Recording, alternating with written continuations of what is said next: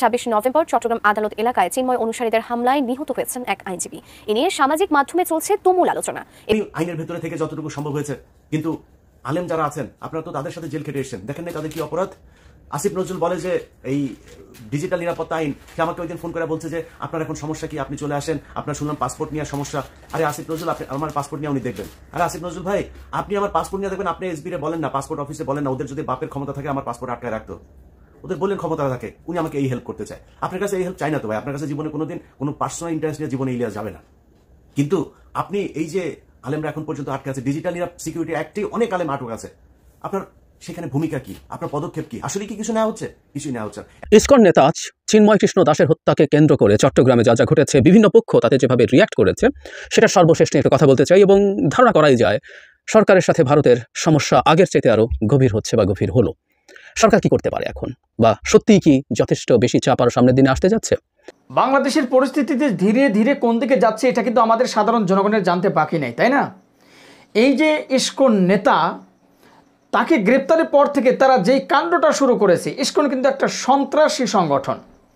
এই সন্ত্রাসী সংগঠন আবারও প্রমাণ করলো একজন মুসলিম আইনজীবীকে হত্যা করে গলাটা তার ধর থেকে আলাদা করে দিয়ে এটা প্রমাণ করলো। এটা যদি আজকে কোনো ইসকন নেতাকে যদি গলা কাটা হতো, তাকে যদি দুনিয়া থেকে বিদায় করা হতো, আমার বিশ্বাস ভারত এত সময় তার লেংটি টান দিয়ে খুলে ধুতি কাঁচা দিয়ে বাংলাদেশের বিরুদ্ধে লেগে পড়তো এবং দেশের বিভিন্ন জায়গায় কিন্তু বাংলাদেশের নামে উল্টাপাল্টা প্রোপাগান্ডা ছড়িয়ে কীভাবে বাংলাদেশকে শেষ করা যায় সেই চিন্তা ভাবনা করত। তাহলে এখন এর কি হবে? এখন এর কি হবে যে ইসকন নেতারা, ইসকন সমর্থকরা, এই যে হিন্দু লেংটিরা আমাদের মুসলিম একজন আইনজীবীকে গলা কেটে হত্যা করলো, এটার বিচার কি হবে না? অবশ্যই বিচার হবে, শুরু হয়ে গিয়েছে ইনশাআল্লাহ। বিস্তারিত জানবেন আজকের এই ভিডিওতে। খুব গুরুত্বপূর্ণ কয়েকটি ভিডিও নিয়ে আপনাদের সম্মুখে হাজির হওয়ার সবাইকে বলবো একটু ধৈর্য সহকারে আজকের এই ভিডিওটি দেখতে থাকুন। চলুন কথা না বাড়ে একটা লাইক দিয়ে সবগুলো ভিডিওর মূল আলোচনাগুলো শুনে আসি। চিন্তা করছেন যে পিনাকি কিভাবে অ্যাডভোকেট সাইফুল ইসলাম আলিফকে মারলো, সেটা জানার আগে আপনাদেরকে একটু স্মরণ করিয়ে দেই। 2019 সালে ফেব্রুয়ারি বা মার্চ, এই সময়টাতে, আমার ঠিক স্মরণ নাই, আমি একটা করেছিলাম, একটা ইসকন নিয়ে একটা পর্ব করেছিলাম।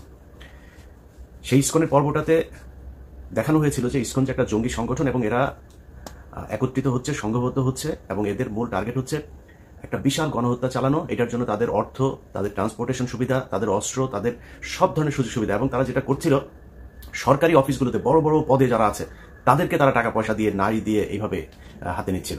যে কারণে বিভিন্ন জায়গায় যখনই কোথাও কোনো আপনার, এমনকি হিন্দুদের সাথেও তাদের বিভিন্ন মন্দির দখল নিয়ে গ্যাঞ্জাম হয়েছে, সেই গ্যাঞ্জামগুলোতেও দেখা গেছে ইসকনের সংখ্যা কম, কিন্তু পুলিশ প্রশাসন সবসময় তাদের পক্ষে দাঁড়িয়েছে, যে কারণে তাদের সাথে পারা যায়নি। তো ওই সময় কিছু কিছু বিশেষজ্ঞ আছে, সেই বিশেষজ্ঞদের নাম বলতে চাই না, ঝামেলা বাধাইতে চাই না, কারণ 5 বছর অনেক যন্ত্রণা সহ্য করে আসছি, তো একটু শান্তিতে থাকতে চাই। হ্যাঁ, তো তারা বলেছিল ইসকন নাকি একটা তাবলিগ সংগঠনের মতো, এরা তাবলিগের মতো গান টান গায়, হ্যাঁ, এরা কৃষ্ণ ভাবনা করে, তো এটাই হচ্ছে তাদের মূল কাজ। এখন দেখেন বাংলাদেশের সবচেয়ে বিস্ফোরা হয়ে দাঁড়িয়েছে ইসকন। আমি ইসকনের এই হত্যাকাণ্ডে ডেইলি স্টারের একটা নিউজ গতকালকে করেছে, Chinmoy followers clash with cops in Chittagong, lawyer killed. এটা হচ্ছে ডেইলি স্টারের সংবাদ। আর প্রথম আলো নিউজ করেছে, সময় নিউজ করেছে, চট্টগ্রামে আইনজীবীকে হিন্দু ভেবে হত্যা করলো দুষ্কৃতিকারীরা। বুঝছেন তো, হিন্দু ভেবে কারা হত্যা করেছে? তার মানে মুসলমানরা হত্যা করেছে। তো সমস্যাটা এইখানেই। এখনো পর্যন্ত এই গণমাধ্যমকে কিছুই করা হয় নাই, গণমাধ্যমে কিছুই হয় নাই। সময় টেলিভিশনের সাকি এখানে এখন পর্যন্ত তাদের হয়ে কাজ করে। কমল দে এখনো পর্যন্ত, এই যে নিউজের সাথেও সম্ভবত কমল দে জড়িত আছে, সে ওইখানে এই নিউজ করেছে, সময় টেলিভিশনে কালকে থেকে যাচ্ছে। এখন এটা বিচার করবে কে? আপনাদের গত 2 দিন ধরে দেখছি যে সবাই পিনাকির পেছনে লেগেছে, কারণ পিনাকি হচ্ছে ওই যে প্রথম আলোর সামনে গিয়ে গরু জবাই করেছে, এটার জন্য।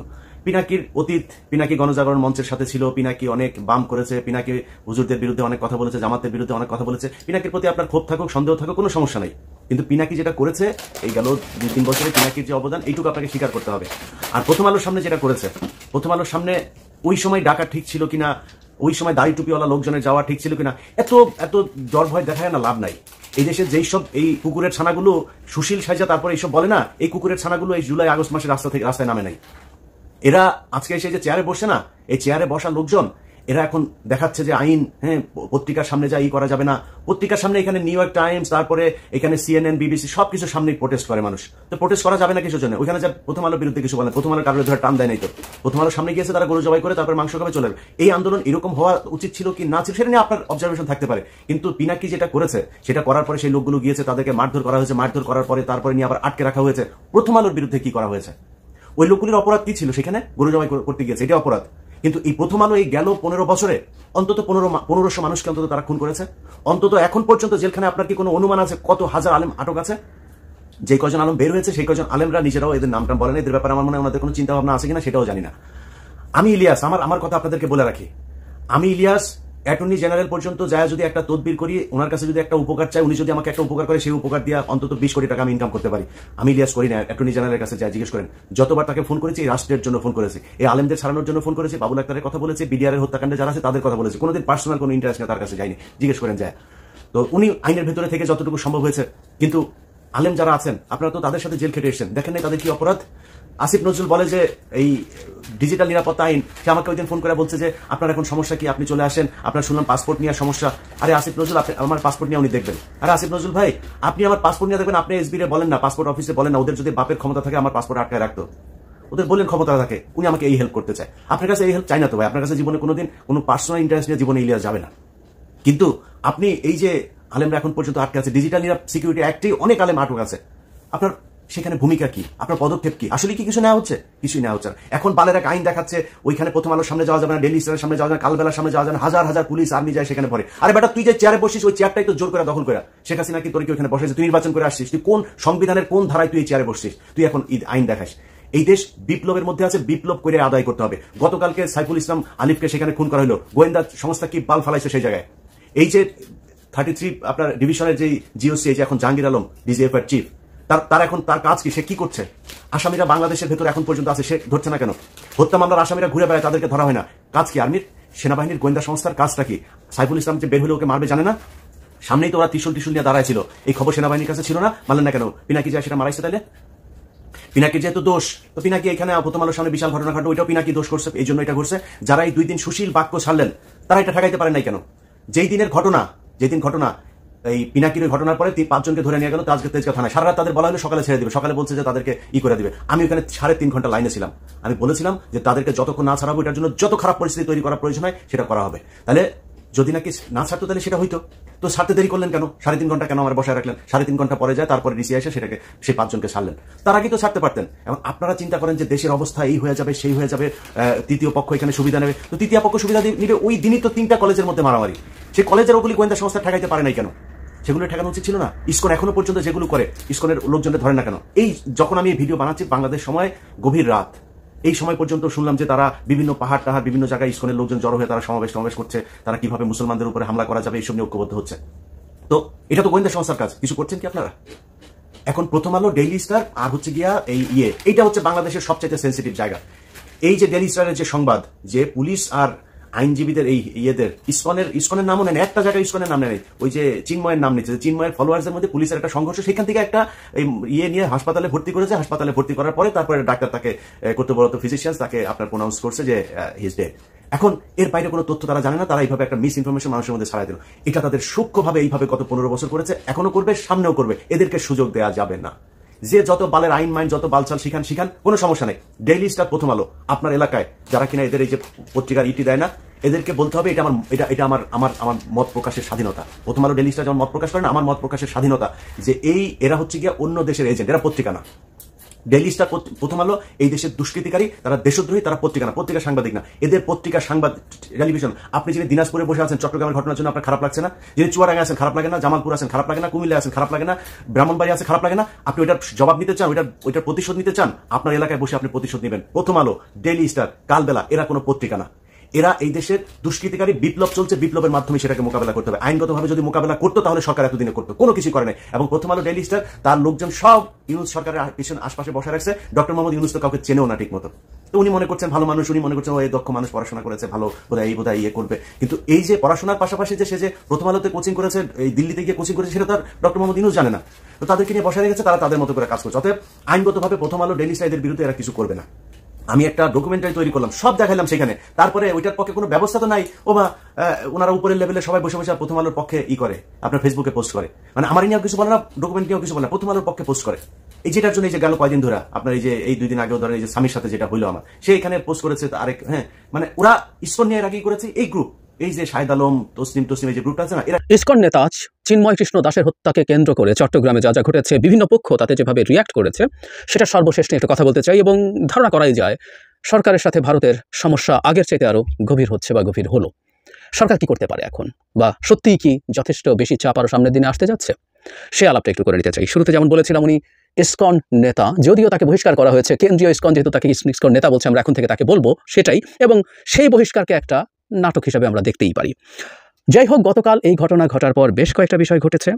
একটা হচ্ছে বাংলাদেশে মানে চিন্ময় দাসকে গ্রেফতার করার পর ভারতের পররাষ্ট্র মন্ত্রণালয় একটা স্টেটমেন্ট দিয়েছিল, সরকার বা বাংলাদেশের পররাষ্ট্র মন্ত্রণালয় সেটাকে কন্ডেম করেছে, সেটার প্রতিবাদ জানিয়েছে। আমি হুবহু একটু পড়তে চাই। এবং ডক্টর ইউনূসের সরকারের সময় এই একটা জিনিস যখনই হয় তখন আমাদের নিজেদেরকে একটা সার্বভৌম রাষ্ট্রের নাগরিক বলে মনে হয়। আগেও বলেছি, আবার একটু যোগ করে রাখতে চাই, খুবই রেভলিউশনারি কিছু না, এগুলো খুবই স্বাভাবিক ব্যাপার। কিন্তু আগে যেহেতু আমাদের এখানে একটা সেবাদাসী ছিল ভারতের, আমাদের এখানে তথাকথিত সরকার প্রধান হিসাবে, এবং বাংলাদেশকে তিনি ভারতের কলোনিতে পরিণত করেছিলেন, তাই এ ধরনের বিষয় আমাদেরকে একটু অবাকই করে, কিন্তু রাইটলি এটা করেছেন। কিন্তু স্বাভাবিকভাবে ভারত এটা পছন্দ করবে না, আসবো সে জায়গায়। কিন্তু কি বলা হয়েছে মন্তব্যে, স্টেটমেন্টে, সেটা একটু পড়ি। বাংলাদেশের পররাষ্ট্র মন্ত্রণালয় বিবৃতিতে বলছে, ভারতের পররাষ্ট্র মন্ত্রণালয়ের বিবৃতিটি বাংলাদেশ সরকারের দৃষ্টিগোচর হয়েছে। এমন একটি বিষয় নিয়ে বিবৃতি দেওয়া হয়েছে যা বাংলাদেশের অভ্যন্তরীণ বিষয়। আমাদের মনে থাকার কথা, শেখ হাসিনা বাংলাদেশকে যাতা করে ফেলছে, ভারত তখন সব বাংলাদেশের অভ্যন্তরীণ বিষয় বলতো। আই ক্যান ক্লিয়ারলি রিমেম্বার, আপনাদেরও নিশ্চয়ই মনে আছে, যখনই ভারতের ব্রিফিং হতো জিজ্ঞেস করতো অভ্যন্তরীণ বিষয়। বিবৃতিতে বলা হয়েছে, ভারতের পররাষ্ট্র মন্ত্রণালয়ের নির্দিষ্ট অভিযোগের ভিত্তিতে চিন্ময় কৃষ্ণ দাসকে গ্রেফতার করা হয়েছে উল্লেখ করে পররাষ্ট্র মন্ত্রণালয় বলছে, এরপর অত্যন্ত হতাশা ও গভীর দুঃখের সঙ্গে সরকার লক্ষ্য করছে চিন্ময় কৃষ্ণ দাসকে গ্রেফতার করার ঘটনায় কিছু মহল ভুলভাবে তুলে ধরছে। ভারতের এ ধরনের ভিত্তিহীন বিবৃতি শুধু সত্যকে ভুলভাবে তুলে ধরছে না, পাশাপাশি দুই প্রতিবেশী দেশের বন্ধুত্ব বোঝাপড়ার চেতনারও পরিপন্থী। পররাষ্ট্র মন্ত্রণালয় বলছে, দেশের সব ধর্মের মানুষের মধ্যে বিদ্যমান সম্প্রীতি ও অসাম্প্রদায়িক দেশ গড়তে সরকারের যে প্রতিশ্রুতি ও প্রচেষ্টা, ভারতের বিবৃতিতে তা প্রতিফলিত হয়নি। বাংলাদেশের জনগণের উপর গুরুতর মানবাধিকার লঙ্ঘনের বিচারহীনতার যে ধারা চলে আসছিল, তার সমাপ্তি টানতে সরকার দৃঢ় প্রতিজ্ঞ, এবং সংখ্যাগুরু ও সংখ্যালঘুদের এই একই নজরে দেখা হয়। ভারতের বিবৃতিতে এসব সম্পূর্ণ উপেক্ষিত হয়েছে। তারপর তিনি সব ক্ষেত্রেই সবার আচার আচরণ, ধর্মীয় সব কিছু পালন করার সুযোগ আছে। এরপর বলছেন, সব নাগরিকের, বিশেষ করে ধর্মীয় সংখ্যালঘুদের নিরাপত্তা নিশ্চিত করা বাংলাদেশ সরকারের একটি দায়িত্ব। গত মাসে বাংলাদেশ শান্তিপূর্ণভাবে দুর্গাপূজা পালনের মাধ্যমে এটি প্রমাণিত হয়েছে, এবং সরকার বিচার বিভাগে হস্তক্ষেপ করে না, এবং এটা একটা বিচারাধীন বিষয়, ইত্যাদি ইত্যাদি বলা হয়েছে। মঙ্গলবার সাইফুল ইসলাম নামে যে আইনজীবীকে হত্যা করা হয়েছে সেটার উল্লেখ করা হয়েছে। এখানে কয়েকটা, জানাব সাইফুল ইসলামকে যে হত্যা করা হয়েছে, এখানে কয়েকটা জিনিস সরকারকে একটু দ্রুত করা দরকার। মানে এই হত্যাটাকে হত্যা হিসাবে দেখতে হবে, এবং দেশে প্রকাশ্য দিবালোকে কোর্ট প্রাঙ্গণে এই ঘটনা ঘটানো হয়েছে। যারা ঘটিয়েছে, আমরা এর মধ্যে মিডিয়াতে অনেকগুলো ছবি দেখেছি, ধারালো অস্ত্র হাতে লোকজন ঘুরে বেড়াচ্ছে, এবং তারাই এটা করেছে মনে করার যৌক্তিক কারণ আছে। সরকারের উচিত হবে খুব দ্রুত দায়ী ব্যক্তিদের ধরে ফেলা, এটাকে কোনোভাবেই বাড়তে দেওয়া যাবে না। মানে হিন্দু মুসলিম দাঙ্গার একটা পরিস্থিতি তৈরি হয়েছে, সেই পরিস্থিতির কারণে এই ঘটনার সঠিক বিচার ঠিকঠাক মতো হবে না, এটা হতে পারে না। সরকারের অ্যাকশন খুব ভালোভাবে চলতে হবে, এটা নিয়ে কোনো কনফিউশন রাখা দরকার নেই। প্রসঙ্গত বলে রাখা ভালো, আমাদের দেশের মানুষরা সত্যিকার অর্থে অত্যন্ত ভালো সেন্সিটিভিটির পরিচয় দিয়েছে। গতকাল যে ঘটনা ঘটেছে, এর আগে এমন হয়েছে, তুলনামূলকভাবে অনেক কম বিষয়েও মুসলিম সম্প্রদায়ের মানুষ, আবারও বলি, এরা আসলে ঠিক মুসলিম সম্প্রদায়ের মানুষ না বলে এর মধ্যে প্রচুর ভেস্টেড ইন্টারেস্ট গ্রুপ আছে, হিন্দু সম্প্রদায়ের উপরে হামলার ঘটনা বাংলাদেশে ঘটেছে। সেই তুলনায় এখানে যা ঘটেছে, ধরে নিলাম চট্টগ্রামের নিরাপত্তা ব্যবস্থা জোরদার ছিল, কিন্তু সারা দেশে আরও বহু জায়গায় হিন্দু সম্প্রদায়ের মানুষ আছে, যে কোনোখানে যে কোনো অঘটন ঘটে যেতে পারতো। কিন্তু কি অসাধারণ ব্যাপার, আমি যখন এই ভিডিও রেকর্ড করছি অন্তত সেই সময় পর্যন্ত তেমন কিছু দেখা যায়নি। আমাদের দেশের মানুষরাই চক্রান্তকে নষ্ট করে দেবে এই বিশ্বাস আমার ছিল। আমি স্মরণ করছি সেই দিনগুলোর কথা, সেই 3টা দিন যখন বাংলাদেশের সরকার ছিল না, সেই অর্থে কোনো কিছুই হয়নি। কত কি হতে পারতো, চুরি, ডাকাতি, হত্যা, ধর্ষণ, অলমোস্ট কিছু হয়নি। অসাধারণ ব্যাপার। যাই হোক, এই প্রেক্ষাপটেই হিন্দু সম্প্রদায়ের যে নেতৃবৃন্দ আছেন, সেটা তারা বিবৃতি দিয়েছেন, গতকাল সংবাদ সম্মেলন করেছেন। সংবাদ সম্মেলন করার ক্ষেত্রে তারা অনেক কথা বলেছেন, এর মধ্যে খুব আপত্তিকর মন্তব্যও আছে, আমি সেই জায়গায় আসব। তারা বলছেন যে তারা শান্তিপূর্ণ আন্দোলন করতে চান, কিন্তু এর মধ্যে দুর্বৃত্তরা ঢুকে এসব কাণ্ড ঘটিয়েছে। এই জায়গায় যিনি কথা বলছেন তিনি হলো সনাতনী জাগরণ জোটের প্রতিনিধি সুমন রায়। তিনি বলছেন, চট্টগ্রামে হিন্দু মনে করে আইনজীবীর উপরে হামলা চালানো হয়েছিল, এখন চট্টগ্রামে অন্য হিন্দু আইনজীবীরাও ঝুঁকির মধ্যে রয়েছেন। খেয়াল করি আমরা, তারা এসব, আমি কোথাও যেন একটা দেখলাম, একটা স্টেটমেন্টও আছে যে ইসকন এই ব্যাপারে তাদের দুঃখ প্রকাশ করেছে সাইফুলের হত্যাকাণ্ডের ব্যাপারে, কিন্তু এখানেও বলছেন হিন্দু মনে করে নাকি তাকে হত্যা করা হয়েছে। আমরা খেয়াল করব, তার মানে এটা স্বীকার করা হচ্ছে একজন মুসলিম আইনজীবীকে হত্যা করা হয়েছে। সেটা কে করেছে আমরা সেই তর্ক সরিয়ে রাখি, এখনো কিন্তু ডিনায়াল তাদের মধ্যে। শুধু সেটা না, আমি খুব অবাক হয়েছি রয়টার্স যখন এই রিপোর্ট করেছে এটা নিয়ে, সেখানে বলা হচ্ছে, এক্স্যাক্টলি বলা হচ্ছে, a Muslim lawyer defending Das was killed amid protest outside the court in Chittagong, said police officer Liaquat Ali. এই লিয়াকত আলীকে সরকার খুঁজে বের করতে হবে। এই লিয়াকত আলী বলছেন যে লয়ার যিনি খুন হয়েছেন তিনি দাসকে ডিফেন্ড করতেন, মানে চিন্ময় কৃষ্ণ দাসকে ডিফেন্ড করতে এসেছেন, মানে তার লয়ারকে খুন করা হচ্ছে। সো ন্যারেটিভটা দাঁড়ালো এরকম, জনাব চিন্ময় কৃষ্ণ দাসের পক্ষে দাঁড়ানোর কারণে সাইফুলকে হত্যা করা হয়েছে। এগেইন হিন্দু সম্প্রদায়ের নেতারা যেটা বলছেন যে তাকে হিন্দু মনে করে হত্যা করা হয়েছে, মানে মুসলিমরা হত্যা করেছেন। সাইফুলকে হত্যা করার ক্ষেত্রে লিয়াকত আলীর বক্তব্য একই রকম, যে মুসলিমরাই তাকে হত্যা করেছে, তারা মুসলিম জানতো তার ভাষ্যমতে, কিন্তু তিনি যেহেতু জনাব চিন্ময় কৃষ্ণ দাসের পক্ষে দাঁড়িয়েছেন লয়ার হিসেবে, সে কারণে তাকে হত্যা করা হয়েছে। আমরা ডিসইনফরমেশনগুলো খেয়াল করব, এবং তারা আরও কিছু কর্মসূচি দিয়েছেন হিন্দু সম্প্রদায়ের মানুষ। এই যে এভাবে বলা ঠিক না, এই সংগঠনটা সব হিন্দু সম্প্রদায়ের মানুষ তো ননই, তাদের এই কর্মসূচি কি ঠিক হচ্ছে এটা নিয়ে আমি আলাদাভাবে কথা বলবো, এটাও খুবই গুরুত্বপূর্ণ ব্যাপার, কিন্তু আমি কথা বলতে চাই। যাই হোক, ডক্টর ইউনূসের সরকার ভারতের সাথে রাইটলি যে স্টেটমেন্ট দেওয়ার কথা সেটাই দিয়েছেন। এখন সমস্যা যেটা দাঁড়াবে, ভারত এই জিনিসগুলো ভালোভাবে নেয় না, আগেও নেয়নি।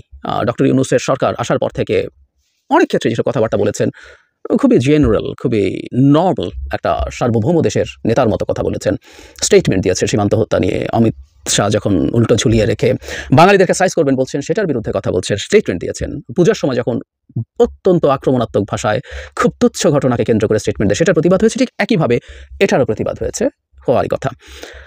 বলা বাহুল্য ভারত এটা ভালোভাবে নেবে না, এবং সরকারের উচিত হবে এই ব্যাপারে প্রস্তুত থাকা। যেমন ধরি সরকারের অ্যাকশন সোফার কি ঠিক আছে? আমাদের একটা কথা মনে রাখতে হবে, জনাব চিন্ময়কে সেখানে নিলে কি হতে পারে ধারণা তাদের থাকা উচিত ছিল, প্রস্তুতিও ছিল, কিন্তু একটা অঘটন ঘটে গেছে। কিন্তু পরবর্তীতে যেগুলো হয় সেগুলো ভালোভাবে হওয়া দরকার। যেমন একটা জিনিস হওয়া জরুরি, আগেই বলেছি, সেটা হচ্ছে যারা এই হত্যাকাণ্ডের সাথে জড়িত তাদেরকে খুব দ্রুত ধরে ফেলতে হবে, তাদেরকে আইনের আওতায় আনতে হবে, তাদেরকে বিচারের আওতায় আনতে হবে। এবং এর সাথে কারা কারা জড়িত আমরা দাবি করছি, ধারণা করছি যৌক্তিকভাবেই, এবং আমাদের স্বরাষ্ট্র উপদেষ্টাও এই কথাটা খুব ক্লিয়ারলি বলছেন, এর মধ্যে দেশি বিদেশি চক্রান্ত আছে। আমরা তাই বিশ্বাস করি সাধারণ হিন্দু সম্প্রদায়ের মানুষরা এর সাথে কোনোভাবেই জড়িত নন। সুতরাং এর সাথে কারা জড়িত তাদের প্রত্যেককে খুঁজে বের করা, এর সাথে কোথায় কোথায় লিঙ্ক আছে, কিভাবে লিঙ্ক আছে, কেমন লিঙ্ক আছে, সেটা বের করতে হবে। শুধু তাই নয়, সাধারণ হিন্দু সম্প্রদায়ের মানুষের মধ্যে নিরাপত্তা বোধ জাগ্রত করতে হবে। এরকম একটা ঘটনা যেহেতু ঘটেছে, সারা দেশে এই ধরনের পরিস্থিতি বিরাজ করার সম্ভাবনা আছে। ধরুন চিটাগাংয়ে যেহেতু ঘটেছে, সরকারের দু একজন উপদেষ্টা ওখানে চলে যেতে পারতেন, সেখানে গিয়ে হিন্দু সম্প্রদায়ের সাধারণ মানুষের সাথে, ওখানে অনেকগুলো শহরে অনেকগুলো এরিয়া বেসড ক্লাস্টার আছে, সেগুলোতে যদি যেতে পারতেন, সেগুলো যদি মিডিয়ায় দেখানো হতে পারতো, তাহলে এই বোধটা হিন্দু সম্প্রদায়ের মানুষের মধ্যে তৈরি হতো যে রাষ্ট্র তাদের পাশে আছে। তাদের সম্প্রদায়েরই কোনো বিপদগামী মানুষও যদি একটা হত্যাকাণ্ড ঘটিয়ে থাকে, তারপরও তাদের রাষ্ট্র তাদের পাশে আছে। যদিও আমি আবারও বলছি, মুসলিম সম্প্রদায় যেভাবে রিয়াক্ট করেছেন এটা অসাধারণ। মানে একটু উল্টোটা চিন্তা করি, ভারতে একজন হিন্দু সম্প্রদায়ের মানুষকে মুসলিমরা হত্যা করেছে, কি হতে পারতো? বিশেষ কিছু রাজ্য হলে তো অকল্পনীয় ঘটনা ঘটে যেত। তারপরও সরকারের এইসব জায়গায় আরেকটু কাজ করার স্কোপ আছে, এবং এতে হিন্দু সম্প্রদায়ের মানুষ যেভাবে আশ্বস্ত হবে, একই সাথে গ্লোবালি সরকার এটা দেখাতে পারবে যে তারা হিন্দু সম্প্রদায় যাতে কোনো রকম কোনো ঝুঁকির মধ্যে নেই, সেটা তারা নিশ্চিত করছে। এবং এটা শুধু চিটাগাংয়ে না, সারা দেশে এটা করার চেষ্টা তাদের দিক থেকে করতে হবে। এবং আমি ব্যক্তিগতভাবে মনে করি জনাব চিন্ময় কী কাজ করেছেন, কেন তাকে গ্রেফতার করা হয়েছে, মানে তাকে যে রাষ্ট্রদ্রোহ মামলায় গ্রেফতার করা হয়েছে, আমি নিশ্চিত নই সেটা কোনটা। অনেকে বলছে সেটা ওই যে পতাকার ঘটনাটা, জাতীয় পতাকার উপরে যে ইসকনের পতাকা ছিল, সেটা বিএনপির একজন নেতা মামলা করেছেন, পর তাকে বহিষ্কারও করেছিল বিএনপি। এর যদি সেই মামলা হয়ে থাকে, এই রাষ্ট্রদ্রোহ মামলাটা, আমি ব্যক্তিগতভাবে মনে করি যে এটা আসলে, এইটাকে আমি রাষ্ট্রদ্রোহ, গ্রেফতার, এত কিছু ঘটনার মতো বিষয় মনে করি না। হয়তোবা সরকারের কাছে আর অনেক তথ্য আছে, কিন্তু যেহেতু একটা মামলা আছে, সরকার এই মামলার অধীনে তাকে ধরেছেন। কিন্তু আমি মনে করি এটা ভালো হতো, তার বিরুদ্ধে সুনির্দিষ্ট যে গর্হিত অভিযোগ বা অপরাধের অভিযোগ আছে, সেটার ভিত্তিতেই তার বিরুদ্ধে মামলা করাটাই সবচেয়ে ভালো হতো। আমি নিশ্চিত যে সরকার এটা ওজন করেই করেছে। কিন্তু প্রিয় দর্শক শ্রোতা, আশা করি সবগুলো ভিডিও আপনারা দেখেছেন এবং শুনেছেন সকল কথাগুলো। তো অবশ্যই আপনাদের মূল্যবান মতামত জানিয়ে দিন, পারলে ভিডিওটি শেয়ার করে সবাইকে দেখাশোনার সুযোগ করে দিন। আর আমাদের এই চ্যানেল নাসির ইসলামিক মিডিয়া সেন্টারে যদি আপনারা নতুন হয়ে থাকেন, প্রতিনিয়ত এ ধরনের সকল প্রকার নিত্য নতুন আপডেট নিউজ খবরগুলো পেতে আমাদের এই চ্যানেলটি সাবস্ক্রাইব করে আমাদের সাথে থাকুন। আর যারা ইতিমধ্যে সাবস্ক্রাইব করে দিয়েছেন তাদেরকে অসংখ্য ধন্যবাদ জানিয়ে ভিডিওটি এখানে শেষ করছি। আবারও দেখা হবে, কথা হবে নতুন কোনো টপিক, নতুন কোনো ভিডিও নিয়ে। সে পর্যন্ত সবাই ভালো থাকবেন, সুস্থ থাকবেন। আল্লাহ হাফেজ।